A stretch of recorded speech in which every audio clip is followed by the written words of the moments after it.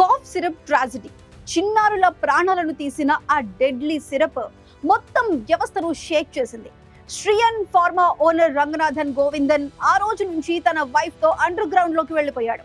ఈ murders game వెనుక ఎవరున్నారు అని దేశమంతా క్వశ్చన్ మార్క్ వేసిన వేళ రంగంలోకి దిగింది Madhya Pradesh special police team. October 5న FIR నమోదైంది. కేవలం 24 గంటల్లోనే మిడ్ నైట్ ఆపరేషన్ మొదలైంది. మధ్యప్రదేశ్ నుంచి చెన్నైకి వెళ్లిన ఈ టీంలో cyber experts, female officers, drug ఇన్స్పెక్టర్లు ఉన్నారు. అతని బ్యాంక్ ట్రాన్సాక్షన్స్, అతని వెహికల్ మూవ్మెంట్స్, ప్రతి అడుగును ట్రాక్ చేశారు. తెల్లవారుజామున 1:30 రంగనాథన్ ఫ్లాట్ దగ్గర ఉన్నాడన్న ఖచ్చితమైన సమాచారం రాగానే పోలీసులు పక్కా ప్లాన్ తో అతన్ని అదుపులోకి తీసుకున్నారు. అరెస్టు తర్వాత తేలిన షాకింగ్ ఫ్యాక్ట్ ఏంటంటే రంగనాథన్ ఫార్మా గ్రేడ్ కి బదులుగా పాయిజనస్ ఇండస్ట్రీ గ్రేడ్ కెమికల్స్ వాడాడు. అంటే ప్రాణం నిలిపే సిరప్ లో విషం కలిపాడు.